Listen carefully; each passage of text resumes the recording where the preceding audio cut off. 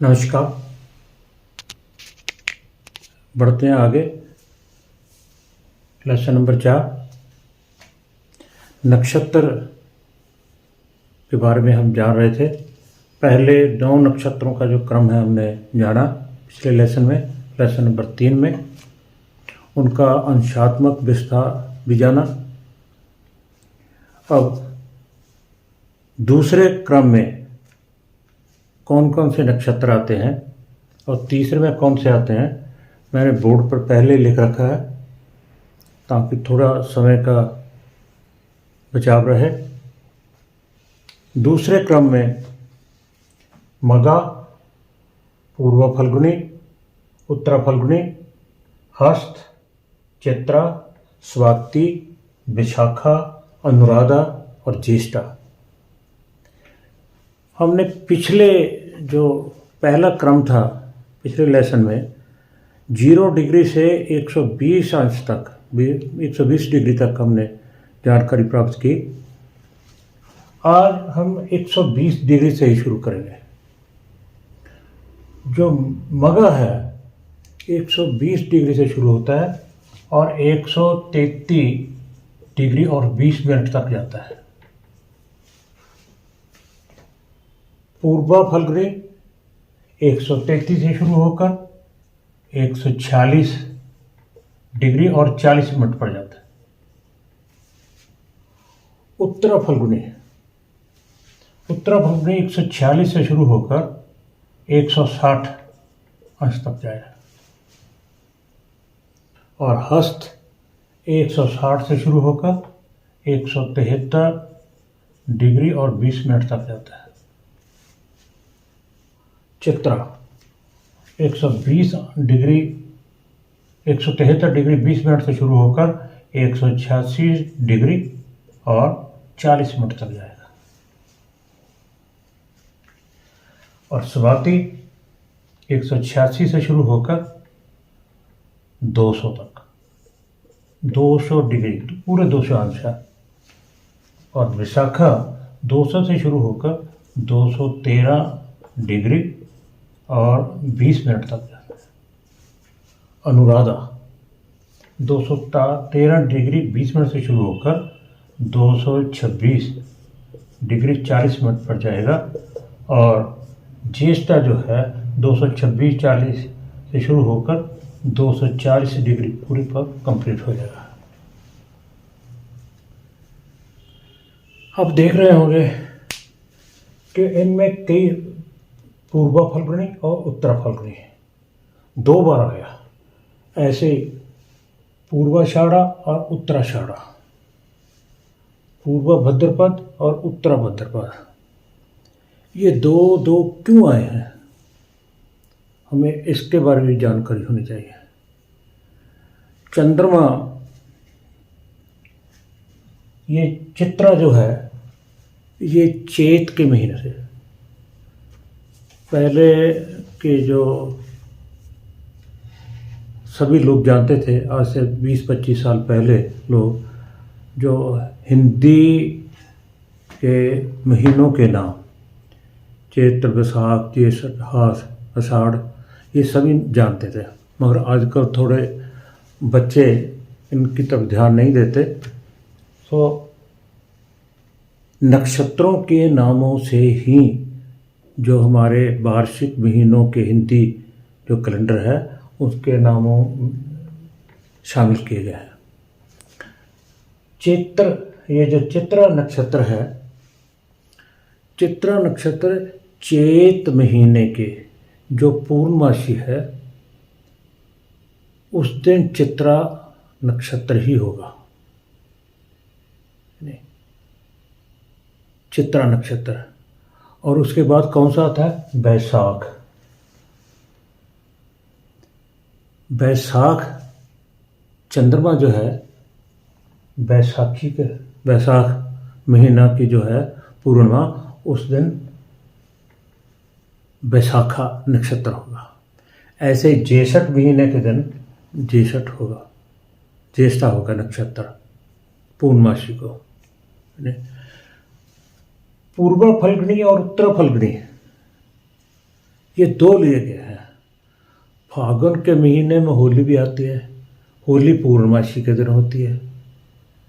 होली के दिन पूर्णमासी होती है, तो उस दिन या तो पूर्वा फल्गुनी होगा या फिर उत्तर फल्गुनी होगा,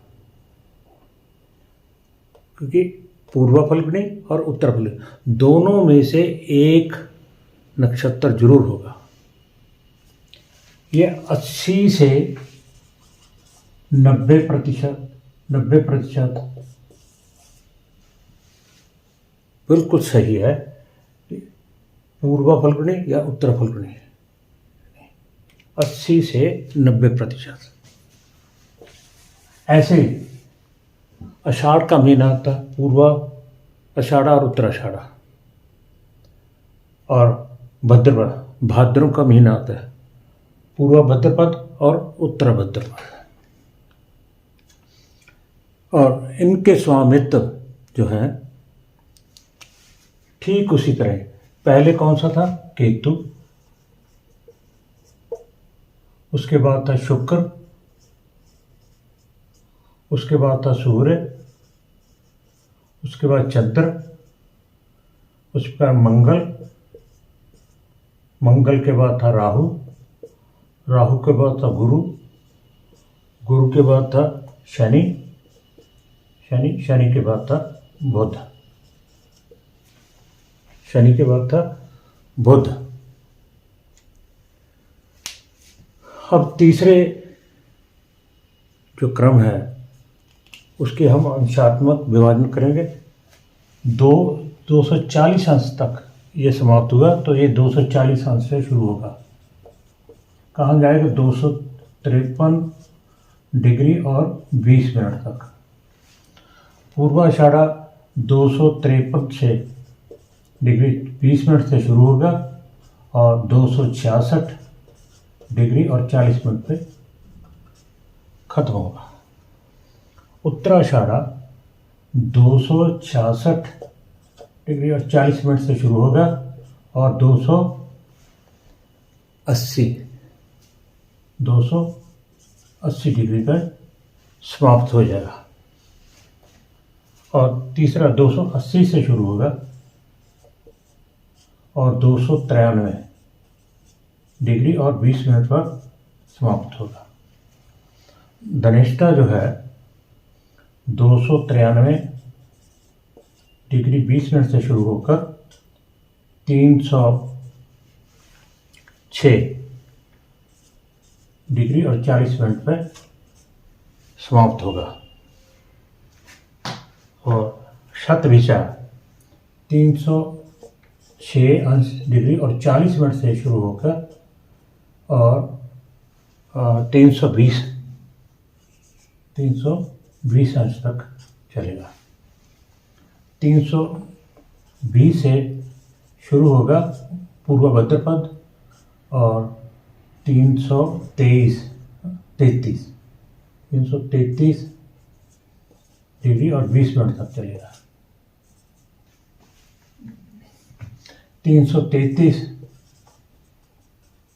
डिग्री 20 मिनट से शुरू होगा और कहाँ तक जाएगा? 346 डिग्री और 40 मिनट। 340 डिग्री और 40 मिनट से शुरू होकर 360 डिग्री पे समाप्त होगा। ये था नक्षत्रों का अंशात्मक विभाजन। और इनका भी स्वामी, मूले का स्वामी केतु है, पूर्वाषाढ़ा का शुक्र, सूर्य उत्तराषाढ़ा का, चंद्रमा शनि श्रवण का और मंगल धनिष्ठा, राहु शतभिषा, गुरु पूर्वा भद्रपद, शनि उत्तराषाढ़ा और बुध रेवती।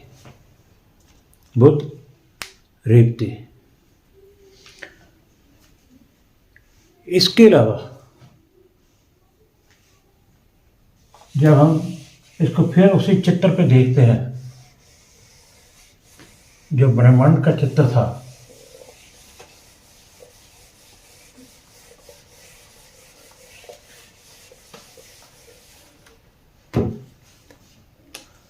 जैसे हमने पहले 3 भागों में डिवाइड किया। पहले एक को शुरू किया, केतु से शुरू होता है, अश्विनी से और अश्लेषा पे खत्म होता है। ये किसका है? बुध का।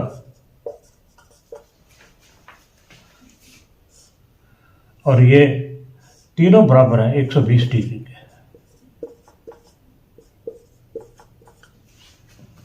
बुध के बाद वही क्रम रहेगा, केतु का ही। अगर जब अगला क्रम शुरू है तो केतु का ही आ गया, मगा केतु का। और समाप्ति कहाँ होगी?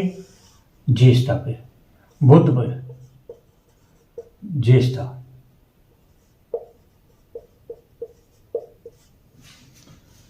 जहां बुध समाप्ति है तो उसके बाद कौन सा आता है? केतु, मूला। और इसकी समाप्ति कहाँ होगी? बुध पे, रेवती पे।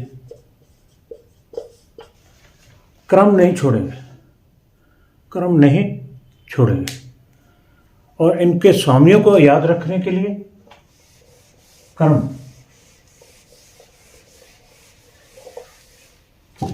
जो क्रम पहले किसका है? केतु का, केतु। उसके बाद कौन है? शुक्र। उसके बाद है सूर्य। सूर्य के बाद कौन है? चंद्रमा। चंद्रमा के बाद मंगल। मंगल के बाद राहु। राहु के बाद गुरु। गुरु के बाद शनि। शनि के बाद बुध। इसको याद कैसे रखेंगे? क्योंकि ये तरतीब में तो है नहीं, ये तो है नहीं। सूर्य चंद्र मंगल 3 तो है, उसके बाद बुध है तो बुध नीचे चला गया। तो हम ये याद रखेंगे के शु आ। आ का मतलब होता है आदित्य। आदित्य का अर्थ होता है सूर्य। आ, आदित्य।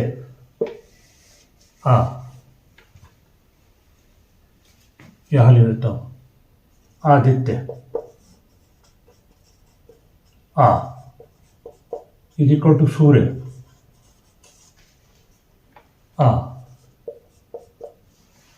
चंद्रमा का च, मंगल का है भौम। भौम का अर्थ है मंगल, भौम। राहु का रा, गुरु। जीव। जीव किसे बोलते हैं? गुरु को, जी। शनि का श, बुध का बुध। केशुआचंभ, चंभो राजीशभो। केशुआचंभो, केशुआ चंभो राजी शब्बो। अगर हम इसे याद कर लेते हैं, केशुआ चंभो राजी शब्बो, तो हमें ये तरतीब याद रहेगी। के से केतु, शु से शुक्र, आ से सूर्य, चम से चंद्रमा, भौ से मंगल, रा से राहु और जीव से गुरु, शनि और बुध। केशुआ चंभो राजी शब्बो। नक्षत्रों से हम देखते क्या क्या है, थोड़ा सा और आगे लेते के जाते हैं। क्योंकि हमने ये तो निकाला एक नक्षत्र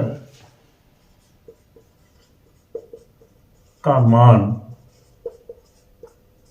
13 डिग्री और 20 मिनट है। 20 मिनट है, मगर एक नक्षत्र में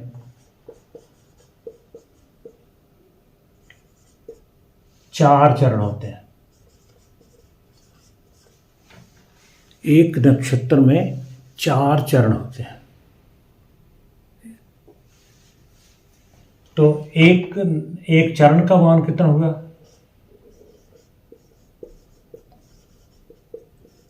मान कितना होगा? 13 डिग्री 20 मिनट को जब हम 4 से डिवाइड करेंगे तो आ जाएगा 3 डिग्री 20 मिनट। एक चरण का मान 3 डिग्री 20 मिनट होता है। एक नक्षत्र का मान 13 डिग्री 20 मिनट और एक नक्षत्र में 4 चरण होते हैं और एक चरण का मान कितना होगा? 3 डिग्री 20 मिनट। जब इंसान पैदा होता है यानी जब बच्चा पैदा होता है, हम उसका नामकरण करते हैं तो जो 100% सही होना चाहिए नाम का अक्षर, वो चरण के हिसाब से होना चाहिए। कौन सा बच्चा किस नक्षत्र के किस चरण में पैदा हुआ और उस चरण में कौन सा अक्षर जो है निर्धारित किया हमारे ऋषि मुनियों ने, उसके आधार पर ही हमें उसका नामकरण करना चाहिए। एक बात और, हम माला पढ़ते हैं, भगवान का नाम लेते हैं माला। जब हम माला रटते हैं तो ये सारे नक्षत्र हमारे हाथ के जरिए हमारे मन के अंदर से होकर निकलते हैं। कैसे? 27 नक्षत्र हैं और हर एक नक्षत्र का 4 चरण है। चरण कितने हैं? 4। तो कितने आया? 108। 108 माला के मन के 108 है। किसी शास्त्र में किसी कहीं नहीं लिखा, मैं अपनी कैलकुलेशन बता रहा हूँ। और दूसरी बात, हमारी राशियाँ कितनी हैं? 12। ग्रह कितने हैं? 9। तो कितना हुआ? 108।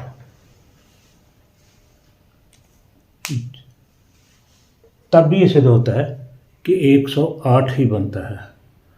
हो सकता है हमारे जो ऋषि मुनि हैं उनका क्या विचार था, उन्होंने कैसे निर्धारित किया, जो मैं बता रहा हूँ। एक माला में 108 मन के होते हैं।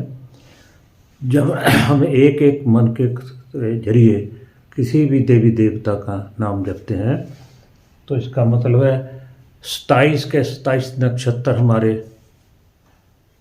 अंदर प्रवेश करते हैं और ऐसे ही 12 राशियों और 9 ग्रहों का भी हमारे अंदर प्रवेश रहता है। तो और इन चरणों का महत्व और क्या है? जब हम दशा कैलकुलेट करेंगे, दशा शुरू कहाँ से होगी, तो इस चरण के हिसाब से किसने किस नक्षत्र के किस चरण में जन्म लिया तो उसकी गर्भ में कितनी दशा उसने भोग ली और अब कितनी भोगनी रहती है, उसके हिसाब से हम दशा की कैलकुलेशन करते हैं।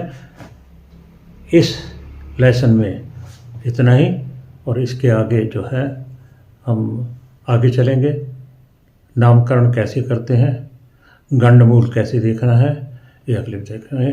क्रमशः जो है पाठ पढ़ते रहिए। बस इस लेसन में इतना ही। नमस्कार।